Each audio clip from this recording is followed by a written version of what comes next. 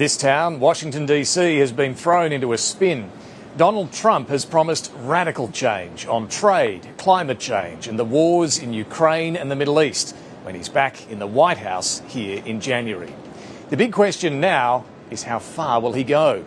Many here and around the world are searching for answers. I'm David Spears. Welcome to Insiders.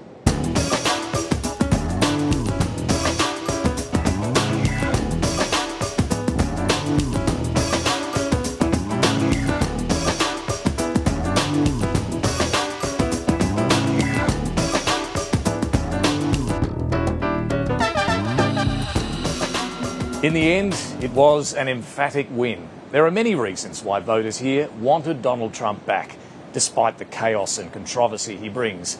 There are many reasons, too, why they deserted the Democrats. The big factor, undeniably, was cost of living anger.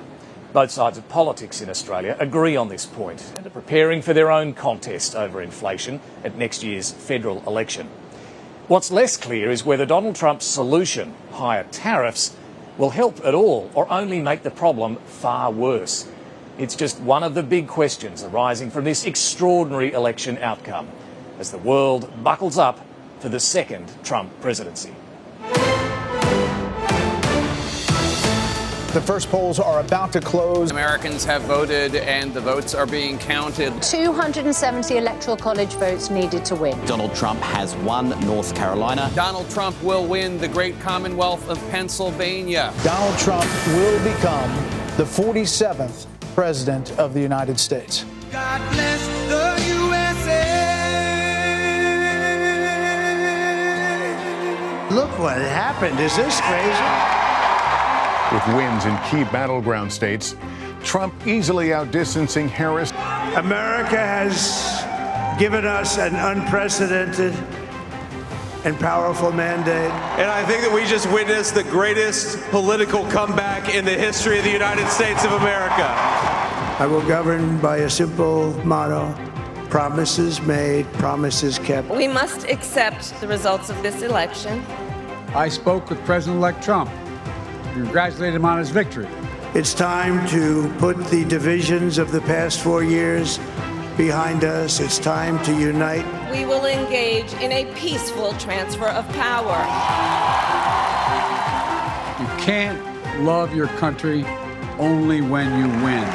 This is a magnificent victory for the American people that will allow us to make America great again. Oh,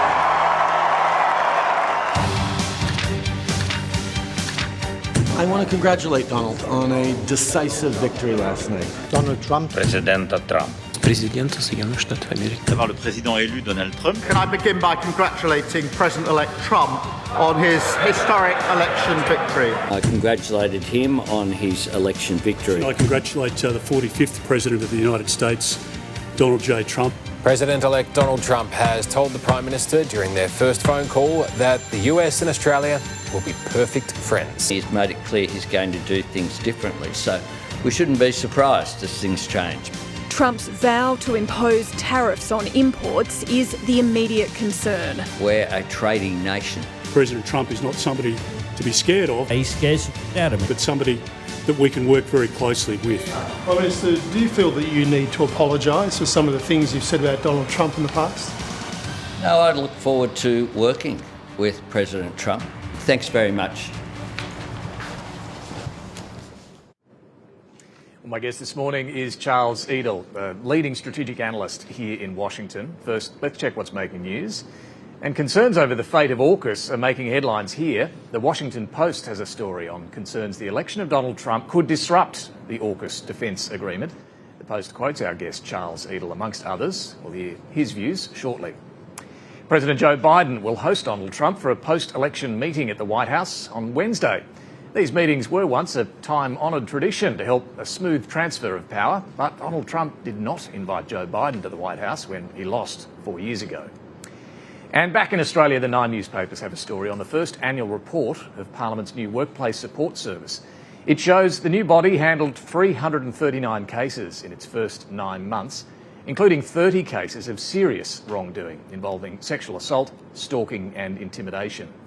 The service was set up after Brittany Higgins' rape allegation. She's told the paper there are still questions about whether perpetrators are being held to account. Well, it was Paul Keating who said, when you change the government, you change the country. The change of government here in the United States will likely change the world. We're going to explore what that means for Australia, but it is first worth understanding why the American people have made this change. They know exactly who Donald Trump is this time and have made a very clear decision to put him back in that building, the White House. I'm very pleased to be joined here in Washington now by Sarah Ferguson and Charles Croucher, who've also been watching this fascinating election week up close. Thank you both for being here. We will get to those implications for Australia, both the policy and the political implications with an election coming up in Australia too. But as I say, a few days on, Charles, to you first, is it getting any clearer who voted for Donald Trump, why he managed to pull off this comeback? I mean, the overriding message is everyone did a little more than they did in the past. He has increased his vote share from 2016 to 2020 and then again from 2020 on to 2024. Mike Murphy, one of the old Republican strategists, described this as an ejector button election. Effectively, whoever was in that White House was going to get the ejector button. That's what voters were going to. This was a change election. Now, a lot of that is cost of living. Things simply cost more and people are angry about that. And what we're seeing now, the overriding theme, I think, of these last few years has been that it's a terrible time to be an incumbent. Saw it in the UK, we've seen it here. New Zealand, New South Wales, Queensland. I mean, France went all the way to the right and then all the way back to the left in a matter of 2 weeks. Regardless of left or right, they wanted in or out. We even saw it in India when Narendra Modi lost some votes. So that is part of what we're seeing now. I think the Financial Times had a graph that showed every advanced nation saw incumbents go backwards. And that's the theme now. There are obviously sub-issues, but the overriding message is it's a bad time to be an incumbent because of the cost of living, because everything's costing more and voters are looking for someone to blame. Sarah, when we look at the voting base here, I want to show you this. This is really fascinating. The groups that have increased their vote for Donald Trump since 4 years ago, and it's young voters up by 7, Latino voters up by 14, and even African-American voters up by 1. How much of a realignment, this is the exit poll data anyway, and we'll get more detailed data down the track, but how much of a realignment do you think we're seeing? So that's the big question, isn't it? You first have to put every election, as Charles just did, into the immediate context, and that, of course, is cost of living, prices higher than they've been. I think the highest price spike since Carter for people who live here, the real experience for ordinary people going out, buying things, filling their car, trying to get a new car, price of eggs, that is the experience that people have, not the overall strength of the because economy. Those macro numbers are pretty good. Macro numbers are good, but that's not what it feels like if you're trying to make ends meet, and that's the experience for those. That is literally the lived experience for those people. And of course, a lot of the people who make up those cohorts are working class Americans. The Latino voters. The Latino voters, part of the black population, which didn't move as much, obviously.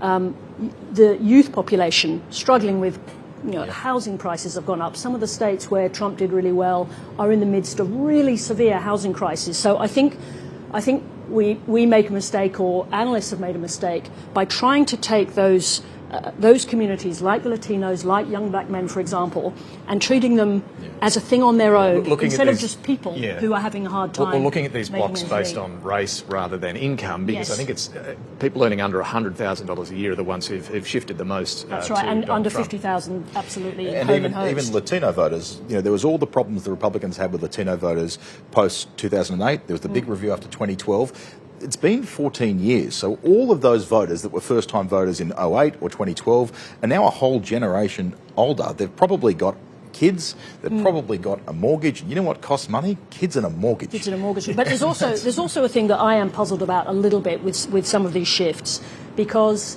quite a few of them have been underway for some time. These are not shifts that arrived at this election.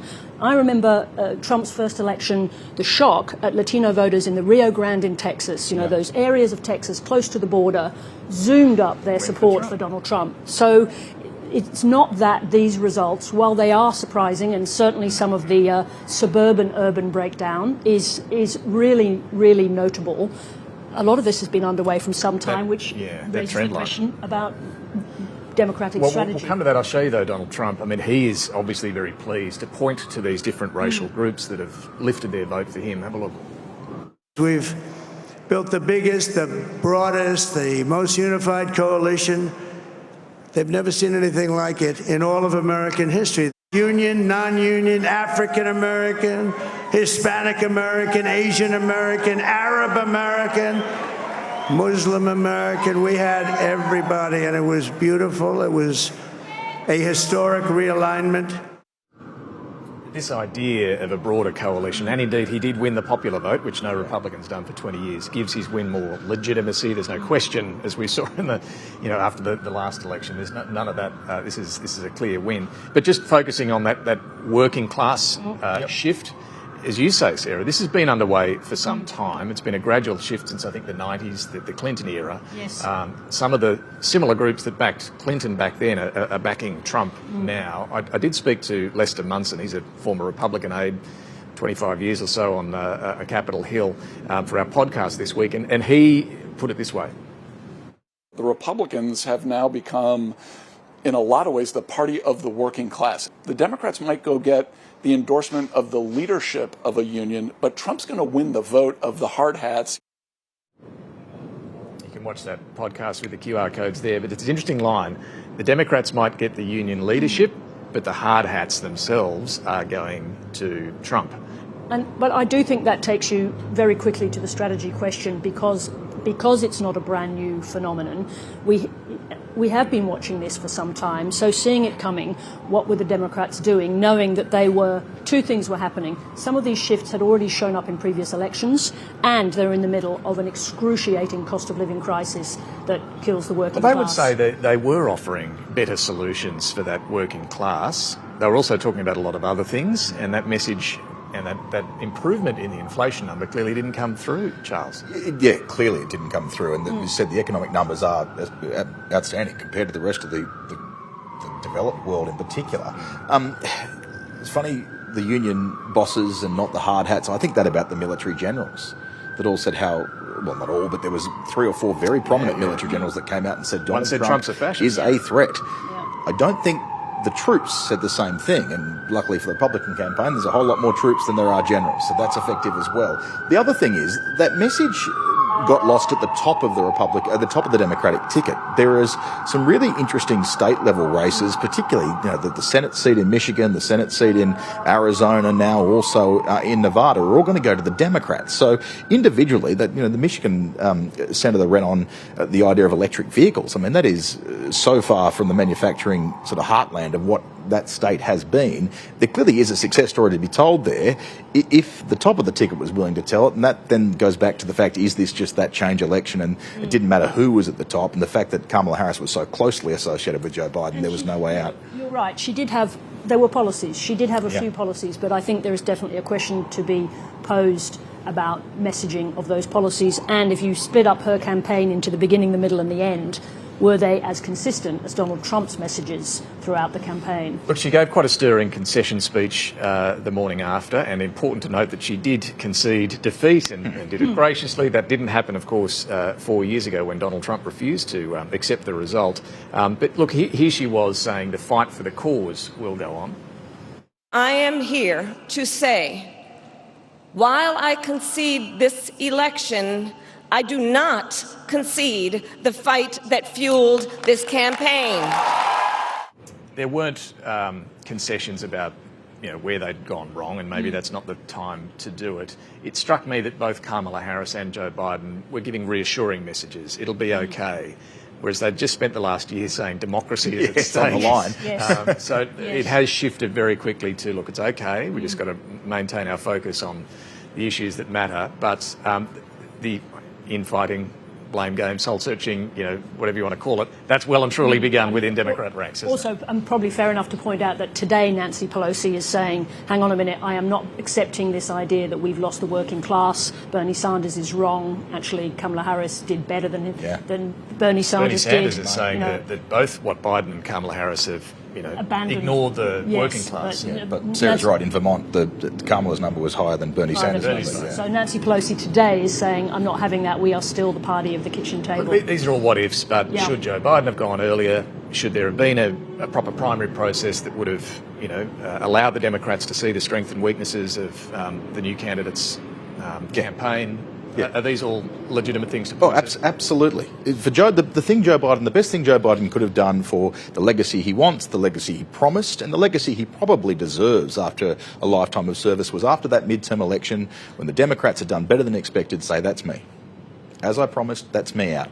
Go fight a campaign, go fight a primary. Kamala Harris may have emerged, but also there are a lot of good Democrats that might have emerged as well. And history has told us when there's big competitive primaries, it produces presidents. It did in 2016 for Donald Trump, it did in 2020 for Joe Biden, 2008 for Barack Obama, even 2000 for George Bush. It would be a good chance to flesh out what the Democratic Party stood for, and that probably would have been working people. You would have had candidates that would have dragged the conversation that way and may have engaged them, plus gives a separation from the current administration, which goes back to the original point.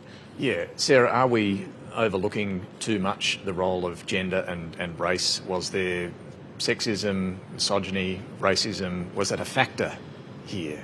I think it's very, it's a difficult moment to work out how those issues played into this. I think there's definitely issues within identity politics in this race, but did people not vote for Kamala first and foremost because she's a woman?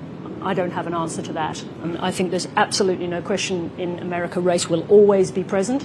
And I think it's a very difficult thing for a woman to campaign, a female to campaign for the presidency. The campaign is still built around big rallies. That is not a place, it's a very difficult place for a woman to make her mark when she hasn't had either the primary season that you're talking about, or even at the beginning of the campaign, she wasn't doing very much. She only had 110 days or something. Was it ever really But possible? people point out, Charles, the two elections Trump has won have been against women. The one he lost was against the old white bloke. But he was also fighting as an incumbent in that election. In the midst of COVID. The other two, he's fighting as an opposition insurgent. Yeah. I think I have a bit more faith in the US voters. I know Anthony Scaramucci said there's no way that America's going to elect a woman this time around. That was his belief going in. But you think, like, Texas had a female governor 30 years ago. All those major states have had female governors, from Michigan and across to, Is it different with the commander-in-chief? Possibly, yeah. But it's not this fear of voting for women. Maybe it is. Maybe there is the elevated fact that they're in charge of the military. But we've now had 5 presidential tickets with a woman somewhere on the ticket. Only one has succeeded. So it's a pretty decent sample size. I'd rather look at the campaign first. I'm not saying it's not there, but I'd rather be clear that we understand her saying nothing comes to mind when she's asked if she could separate herself from Joe Biden. Look, there'll be PhDs written about this. There will. What drove this election? Yes, on the view of all shows. Exactly. Yes. Look, we're going to come to what happens now, the policy implications of Trump returning to the White House behind us, and also the political implications for the contest in Australia as well. Time though now to hear from our guest this morning. Charles Edel is Senior Advisor and Inaugural Australia Chair at the Centre for Strategic and International Studies here in Washington. The CSIS is a highly respected think tank, and Charles regularly briefs senior politicians and diplomats both here in Washington and in Canberra. We caught up at his home in Virginia. Charles, thanks so much for joining me. Look, before we get to the details of AUKUS and what might happen there, how do you think the incoming Trump administration will view China, will approach this very important relationship with China? Competitively. That's where we have to start the conversation. Under Trump's first term in office, we know that he really took a competitive across-the-board set of policies. It led, as this is his thinking, with trade policy and with tariffs. They will loom large in a second Trump administration. He's told us as much, and fairly regularly. But if we look at the suite of policies that came out under the first Trump presidency, which is a decent benchmark to begin our evaluation of what things might begin to look like, it was also enhanced U.S. military posture around the region. It was a more competitive approach to technological competition. We talked about the economic space. And one of the things that I heard rather regularly from those who were serving that administration was, we're going to take a competitive approach on every issue. That means in international institutions like the United Nations, where China has taken over seats, like on the Human Rights Council, in the World Health Organization and other places. So it's an issue-by-issue specific question about what the exact policy will look like, but I think it's a fair starting point to assess that Trump will view the relationship competitively and will look to be bringing a range of options to that discussion. We can expect to see a greater level of competition between the US and China under Trump, and trade being, I suppose, the most obvious example of that immediately. Yeah, I think that one of the things that's really important to point out is, while we'll get wrapped up into the Trump conversation, no doubt here, that this is something that's been building from Trump to Biden to Trump again, in terms of bipartisan feelings towards China are rather robust, and the need to push back in competitive spaces. It will look differently between a Democratic and a Republican administration, and certainly a Trump administration. But yes, I think it's a fair expectation to understand that there will be a more robust set of policies. You asked, though, about trade and tariffs, because that's where, in some ways, the Trump administration might get in its own way on bringing a broad coalition to bear against China. We might come back to that. With Taiwan, we know Joe Biden has said, I think it's 4 times on the record, that he would come to Taiwan's aid militarily in the event of China trying to annex Taiwan. Donald Trump seems to have been a bit more dismissive when he's been asked about this. I think he said, Taiwan's 9,500 miles away. At the end of the day, would he come to Taiwan's defence? Well, he hasn't told me, so I don't know. But this is an important point that we don't know, and we don't know the outcome. Now, you quoted what he did say about that it looked less significant. We can also quote some of his advisors who served even as his national security advisor in his first term, who said that he really didn't care that much for Taiwan. And sometimes we hear words out of his mouth that make it look like it is a bargaining chip to use against China. That's a very dangerous position for Taiwan itself. We've also heard words from those in Trump's circle that they expect the Taiwanese to vastly ramp up their own spending on their own defenses. So it is a different picture of what we're talking about for Taiwan, and one that I think is much more perilous in some ways. So Taiwan should be nervous.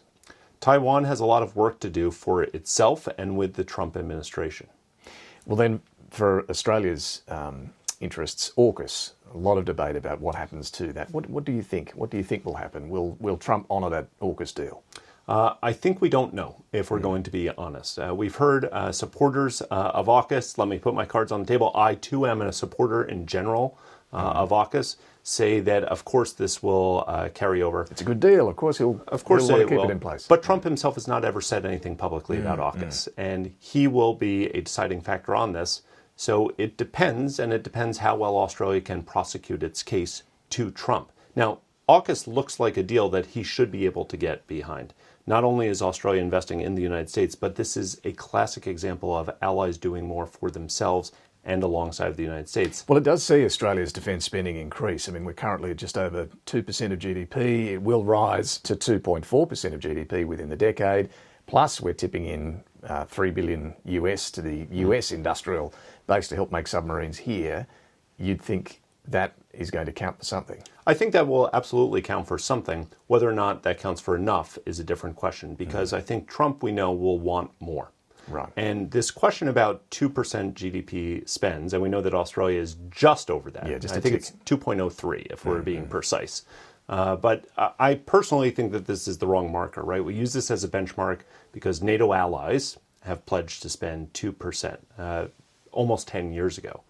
It's the wrong metric to use, because the better evaluation is, are countries spending enough to defend themselves as we have a vastly deteriorating security environment, and as China and Russia and North Korea and Iran ramp up what they're spending? So if that metric isn't the right one, is it does it need to be more tailored to, as you say, the threat that's being faced in that part of the world? I think countries cannot make decisions about how much they should be spending based on a number. It has to be relative to what others, and particularly those who are adversarial powers, are spending. So yes, in answer to your question, defense spending needs to come up across the board, not just in Australia, not just in the United States, but across a number of states that are very concerned about what China's doing. Critics of AUKUS, Malcolm Turnbull, the former Prime Minister, is one of them, point to the detail in the deal, which says that the President at the time can basically say, if this denigrates US capability, we're not going to sell Virginia-class submarines to Australia.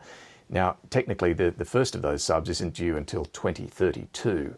So it would be the next president, not Donald Trump, the next one, who could still make that call. But Donald Trump could still kill the deal in the meantime, couldn't he? If he doesn't think this is, if he fears this is going to denigrate their capability here. He could.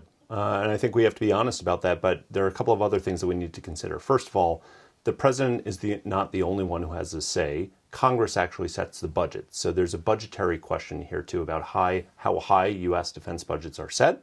And more importantly, and that clause that you referred to, is whether or not the United States is producing enough capabilities. We have mandates for how many submarines, how many aircraft carriers, how many destroyers the U.S. is supposed to have. And that's not being met at the moment, is it? It is not. And that's because America has a global presence. So that's why those mandates are set. It's not being said. The U.S. is supposed to produce about 2 Virginia-class attack submarines per year. We're currently at about 1.2 or 1.3 per year. The question, I think, because you rightly point out that the sale and the transfer of submarines won't even occur until the 2030s.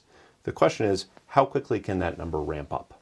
And if we believe that subsea assets, particularly nuclear-powered, conventionally armed submarines, are the best deterrent tool that we have, how do we get to more? And does that mean, coming back to what Australia might need to do, $3 billion US is already being put in, will that number have to increase? I can't speculate on that. That number about the investment into the United States submarine industrial base has already been set. But there are a lot of other questions, too, about how much a submarine costs once you drive it off the parking lot, how much value it loses. Those parts might have been negotiated. I'm not in government right now, so I'm not privy to that. But there are other things that have to be looked at here. But it's not just the submarines. This is a slew of things that we're talking about that countries in a much degraded security environment need to be paying into. Now, on climate change, we know Donald Trump wants to exit the Paris deal once again. Drill, baby, drill was his campaign slogan. What does this mean for global action on climate change and, in particular, the Pacific, which regards climate change as their number one priority? Yeah, well, first of all, let's say that the United States will not be a leader on climate change under Donald Trump. I don't think that's a surprise to anyone. What this means specifically when we refer to the Pacific, where we know that climate change is the existential threat, is security threat number 1 through 10, but before you even begin to talk about geopolitical competition. Look, leaders in the Pacific are very savvy. They know what they're dealing with. In fact, relations between the Pacific and the United States started improving under Donald Trump's presidency, accelerated under the Biden presidency. So it strikes me as this is going to be challenging, particularly when you banish the term climate change from the political lexicon. But when we begin to talk about other things that will take place, like resilient infrastructure, that is something that the Pacific will get behind, that potentially a Trump administration could get behind too. But specifically for the Australia-US alliance, Anthony Albanese and Joe Biden last year named climate change as a third pillar of the alliance. I was going to say, a third pillar of the alliance. Does that pillar crumble under Donald Trump? Well, it's certainly not as strong as it would otherwise be. There's no doubt about this. But look, the third pillar, and when we talk about what Albanese and Biden did, they not only signaled there would be a third pillar of the alliance, but they also stood up a pact on climate change, critical minerals, and clean energy. Now, those other two, which will be enormously important for the transition to a cleaner energy environment, are not going to go away simply because they've become too profitable. And this comes back to the trade question too, doesn't it? Because the great concern of the US and its allies is that China has too much of a stranglehold on critical minerals processing. So will there still be an incentive to set up separate supply chains of critical minerals involving Australia? Absolutely there are. That is not going to go away. I think both Trump and those in his orbit are very conscious of this. Let's also note that this is easier to say than do. Figuring out how you deal with something that the market won't solve for itself and have non-market mechanisms to fix that. Governments are working on this now. I assume that will subsidies proceed. Yes, but it's really hard to do, particularly when it's such a stranglehold that the Chinese have, particularly on the refining of these critical minerals. That personal relationship, though, could really matter when it comes to trying to negotiate any exemption for Australia from the tariffs that Donald Trump has promised to impose on all imports to the US. Will Australia, do you think, be in a good position to get an exemption? And what about the tariffs that he will impose on China? They're going to hurt Australia too eventually, aren't they? Yeah, no, look, Trump has said that he is tariff man. He loves tariffs. It's the tool he reaches to for just about everything. He said he's going to start at 20% across the board, and if your name rhymes with China, we're talking about at least 60%. David, your question was about whether or not Australia's in a good position to advocate for itself, and the answer is yes. Right? It has a trade deficit with the United States. For reasons that only Donald Trump knows, this matters enormously to him. And so that's something that it's in favor. But, and I think this is really true of whether or not we're talking about AUKUS or about tariffs, Donald Trump has to hear the case directly from Australia. It's why personal relationships matter a lot. The fact that Australia runs a deficit with the United States should be a pretty good argument for their case, but they have to make that case with facts and figures directly to Trump himself. And so the uncertainties about tariffs, about Taiwan, about so many other things when it comes to Donald Trump, do you see that as a strength, this unpredictability, or a weakness? Well, it's both, isn't it? Because on the one hand, Donald Trump loves being unpredictable. He prides himself on this, and he says that Xi Jinping thinks I'm a madman. So there are some strengths when a potential adversary does not know where your red line is, how you might react to something in particular. And in his mind, at least, Donald Trump's mind, that creates deterrence because they don't know how the United States might react. The challenge, of course, is first of all with adversaries, if they don't know what your red lines are, if you're not clear about communicating those, you might find that you've tripped right over one. And with allies, they hear the same messages. And an uncertain, unpredictable America is one that's very hard for allies to line up next to. So what is his unpredictability? Is it a strength? Is it a liability? It is both. And it will be quite challenging to navigate this forward. Final question about the personalities here and how much they matter. We know Anthony Albanese said things years ago about Donald Trump. We know Kevin Rudd, the ambassador, has said things more recently. He's scrubbed his tweets. Is any of that going to matter, do you think? Maybe. It might, but it depends how Trump reacts, and it's very hard to predict how he reacts in the middle of the night. On the other hand, let's be quite clear that what you said about Donald Trump in the past is less important to Donald Trump than what you were saying about him in the future. Otherwise, he would not have J.D. Vance as his vice president at this point. You can say horrible things about him, and depending on what you're willing to say, what have you done for me today is, I think, how Donald Trump sees the world. And a fascinating time ahead, no doubt. Charles Edel, thank you very much. Thanks, David. We're back with our panel, Sarah Ferguson and Charles Croucher here in Washington, and I thought that was quite a measured take on the known knowns, but perhaps even more of the known unknowns, to borrow Donald Rumsfeld's phrase. Yeah. One of the unknowns is trade. Let's start there, and we'll get to AUKUS and so on. But trade, Sarah, the tariffs, tariff is the most beautiful word in the dictionary, Trump has said. He's going to do it. But, what does it mean for us? Well, but first of all, we have to remember that he did tariffs before, and the Biden administration kept most of them. They got rid of a few of the European tariffs, but they kept all the China tariffs. So it's not that tariffs are loathed in Washington, sort of intellectually in the way they were some time ago, and he's bringing back... he changed the game and all the consensus on free trade here, but he wants to go a whole lot further. Of course, and that is a very significant step up what he's talking about. But I think Charles is explaining the thing that everybody is trying to figure out now. They're waiting to see what his language will be when he arrives. We know he talks a lot about negotiating. This is a kind of obvious thing about Trump. He's not going to do exactly what he says he's going to do. He wants to scare the bejesus out of everybody before he begins those conversations. But I don't think, I think we know that Treasury in Australia have concerns about it. Everyone has concerns about what the consequences would be of a full-blown tariff war with China. Plus, it's going to cost him money. If he puts tariffs on China, then the Chinese retaliate. We know that their economy is obviously having some issues. But they retaliate, then he has to subsidise farmers or whoever it is who suffers from those tariffs. So it's not an uncomplicated question even for the tariff man. No, look, Malcolm Turnbull tells the story, Charles, that back when Trump Mark won, he had to convince him that, look, we run a trade deficit with you guys. We buy a lot more of your stuff than we sell to you. And Trump was like, okay, he likes that. Yeah. That might count for something. Probably still run that same argument, can't we? Sure we will. Still running a trade deficit. And Australia's become more important to the United States as well. I think there is still that mentality, particularly when it comes to the idea of some of the subsidies and the freedoms we have on critical minerals and some of those vital defence technologies that come from Australia. Look, they can be built in Beijing or they can be built in Texas. You need our resources for it. So I think we'll still win that fight.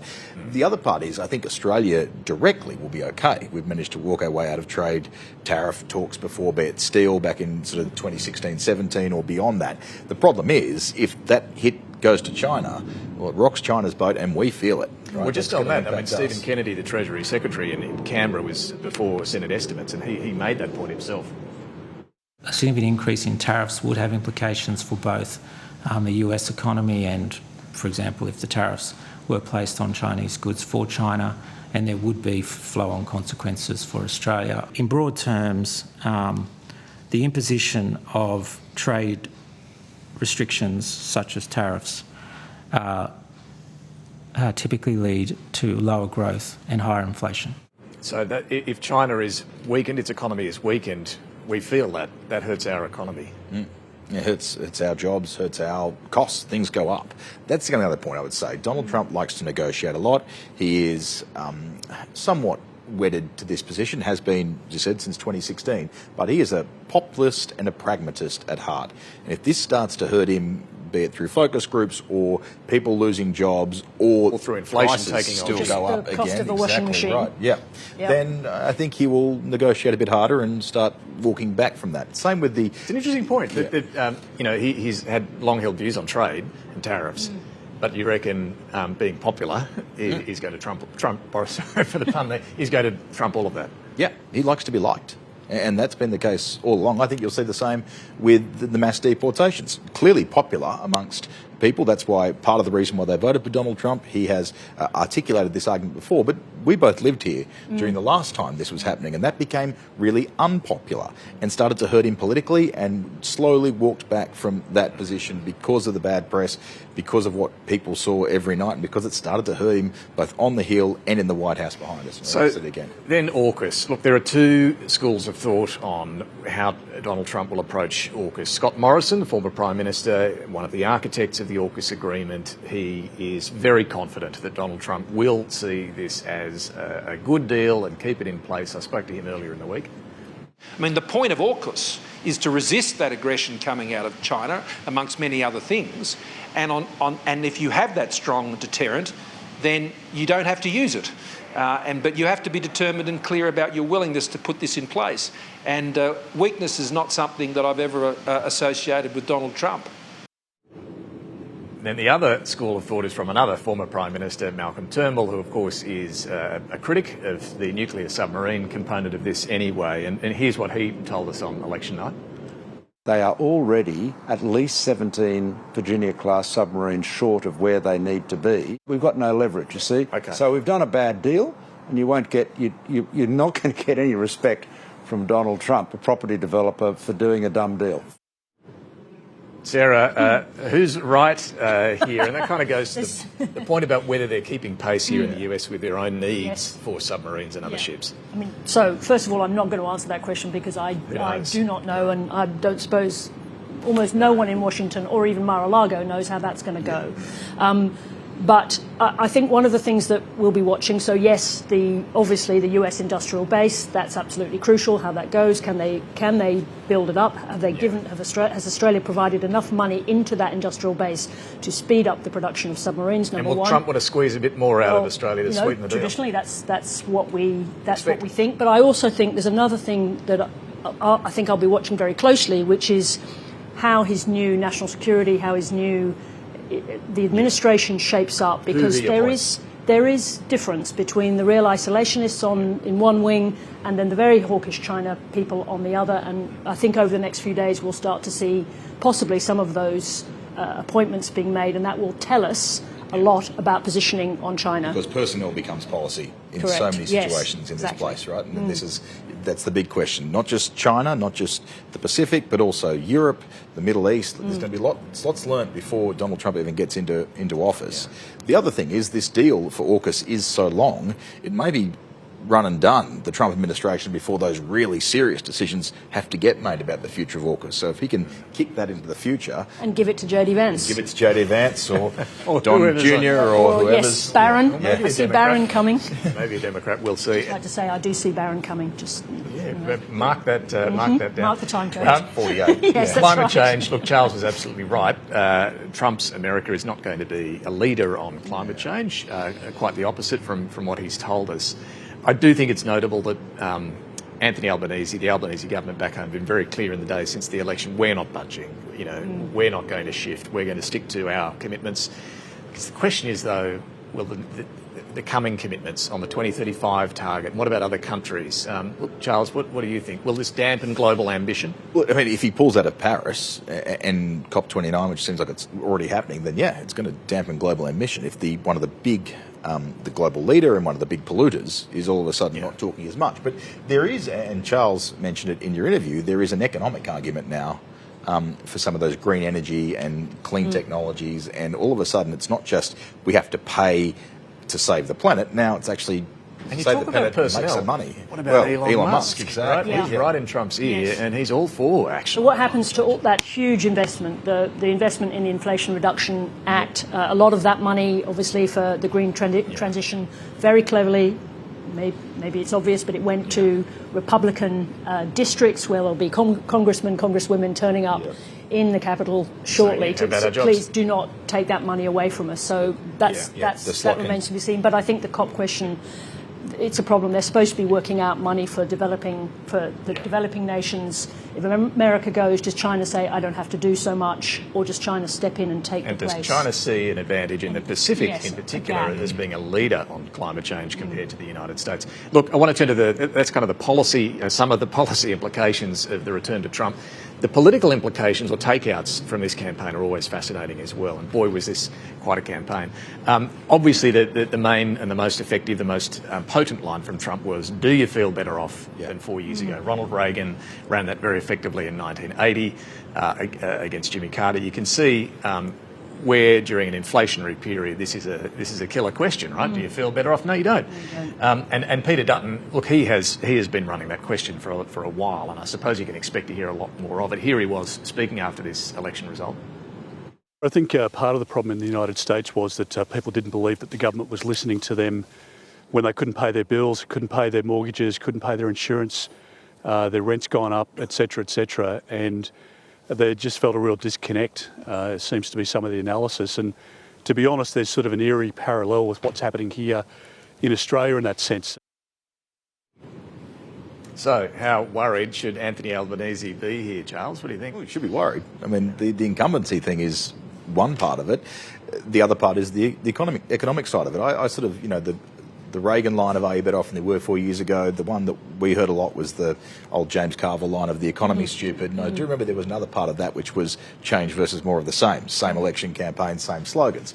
A lot of the sort of conventional wisdom in Australia has been that Australia simply doesn't boot out first-term governments. We went close in 98, went close in 2010, but we haven't done it for nearly 100 years.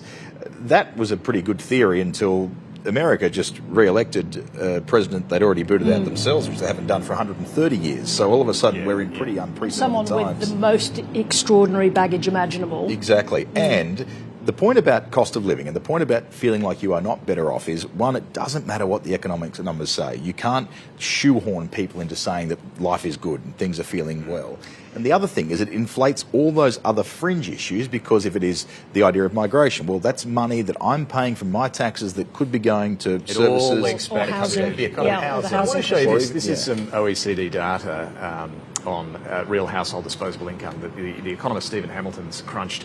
And look, it's looking at final consumption, spending versus saving since 2022, basically since the Australian election. You can see in the US it has been pretty flat, but that red line has just improved a little. But in Australia it has not. It's gone the other way. Now, it's just an interesting comparator there. But, Sarah, the Albanese government know this is the big issue. They are trying to explain all the things they've done and promise more, like the student debt relief that he's promised and so on. They're kind of on it.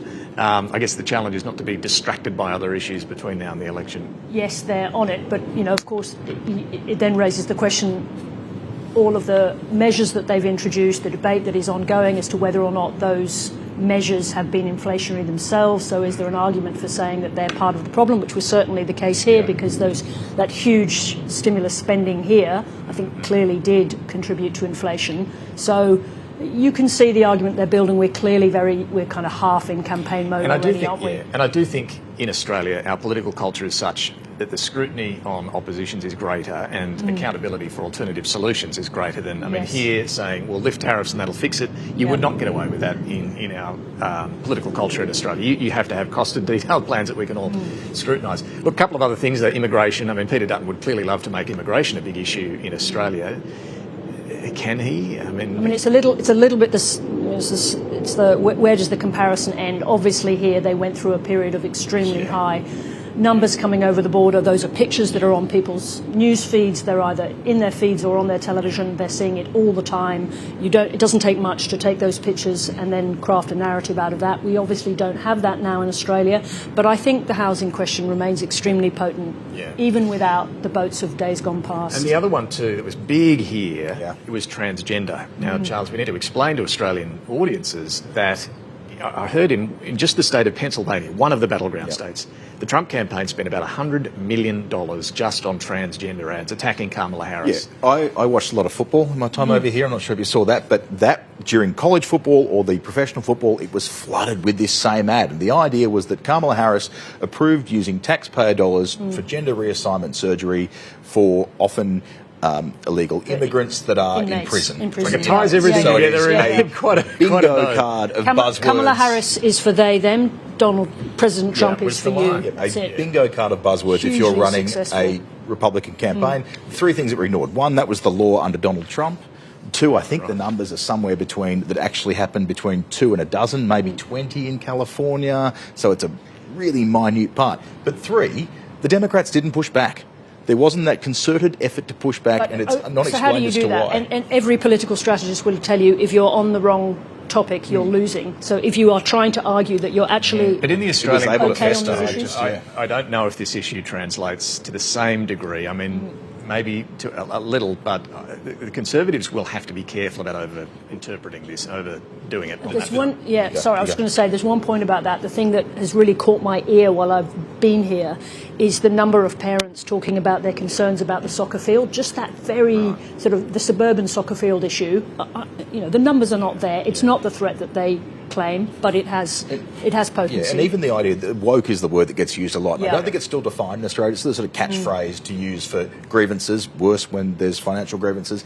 If progressives can make woke about equality, about keeping kids safe and making everyone equal, that'd be fine. If it becomes about being condescending and turning up your nose to people because they use the wrong word or they're slowly catching up, then it becomes a real problem, and that's what happened here. All right, well, back to our panel shortly with some final observations. I want to see what's been happening in Canberra, though, and bring in the ABC's National Affairs editor, Melissa Clarke. Mel, great to see you. First one on social media, big issue this week. The states and territories signed up to the age limit on social media. 16 years old, kids under that, banned from social media. That's the plan. How's this going to work? Look, that's a really good question, because we have that headline age now that we have the states and territories on board with the government on it to have it at 16. We have this idea that it will have to be enforced by the tech companies, but we don't really have much more detail than that at all. Exactly how it's going to be enforced isn't clear. Is it when you sign up to a social media platform? Is it when you set up your device? Is it when you work with an app store? That's not clear at all, and something the government says it's still working on with its trial. It's also not clear how functionally well it is going to work. It seems this policy is very much aimed at parents more so than kids in many ways, the idea being that it might help influence those discussions that happen at school drop-off between parents when it comes to what do you think is the right age for kids to be able to go on social media. The Prime Minister, Anthony Albanese, effectively conceding it's pretty hard to enforce a ban like this, and he really pointed to the example of underage drinking of how this might work. We have laws such as people can't buy alcohol if they're under 18, and from time to time that can be broken.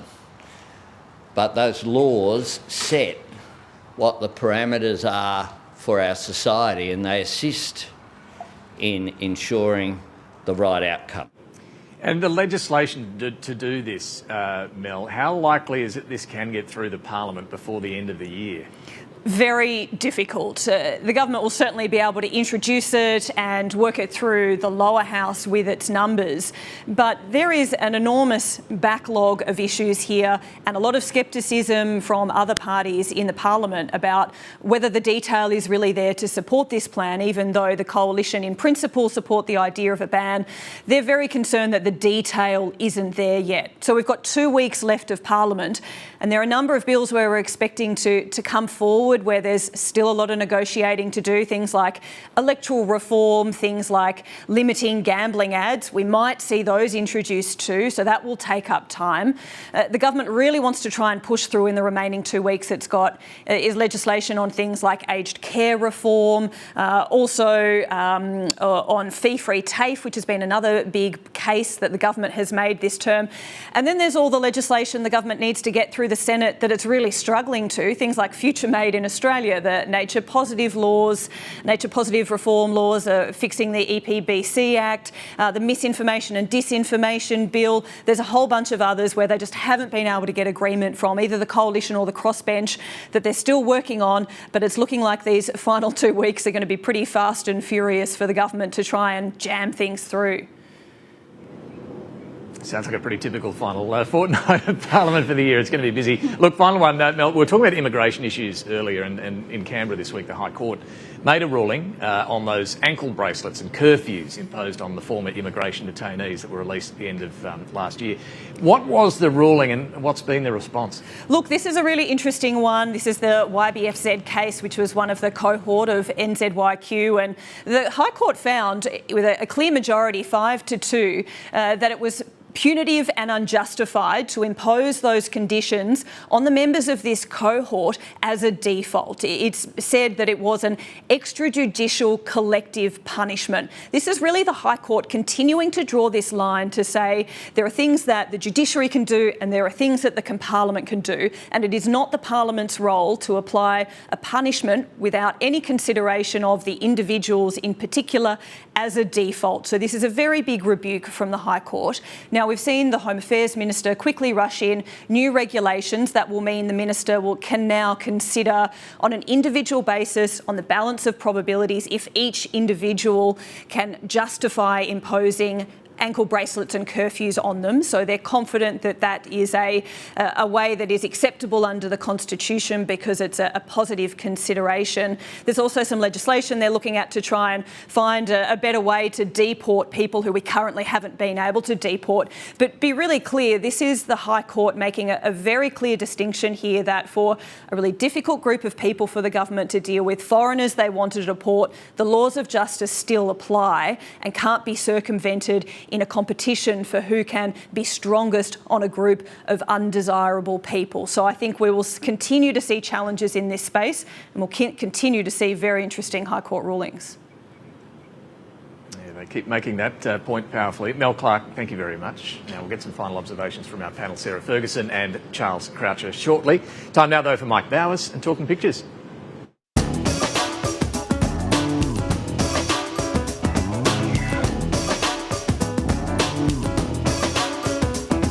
I'm Mike Bowers and I'm photographer at large for The Guardian Australia. I'm talking pictures this morning with the former BBC correspondent and author of The Forever War, Nick Bryant, and a very warm welcome to what has been a very busy week for you. I've been hitting the flat whites hard.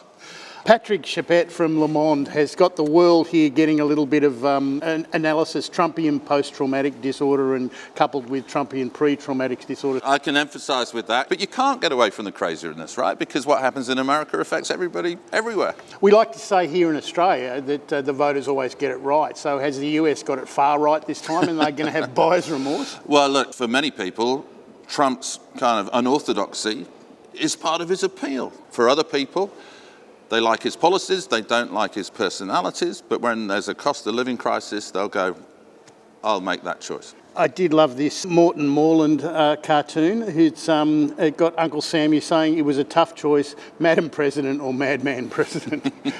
Will there be a lot of apprehension in the White House press corps right now? Yeah, look, I mean, definitely. I mean, Trump press conferences reminded me of when I used to play rugby. You kind of used to psych yourself up before the game and get ready for the first hit. You know, that was what covering Trump was like.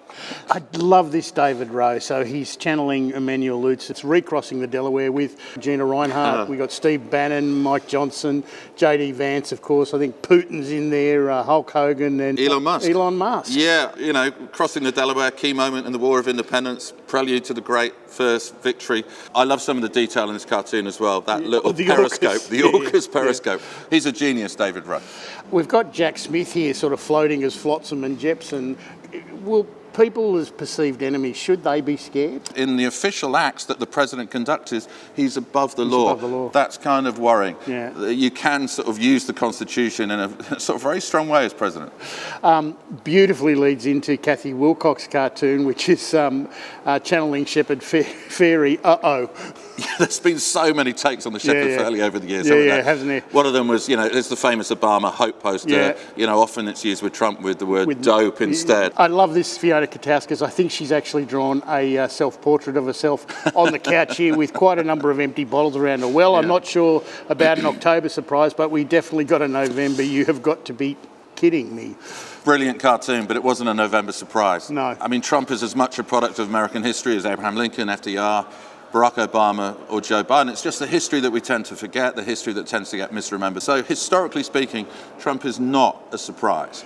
I did love this Matt Golding cartoon, the bizarre Spangled Banner, obviously flying a flag upside down, a sign of extreme distress, but being able to make a Donald Trump out of it is rather good. Oh, that is just brilliant. And Trump's kind of that wedge of feather-light, corn-coloured hair. Yeah.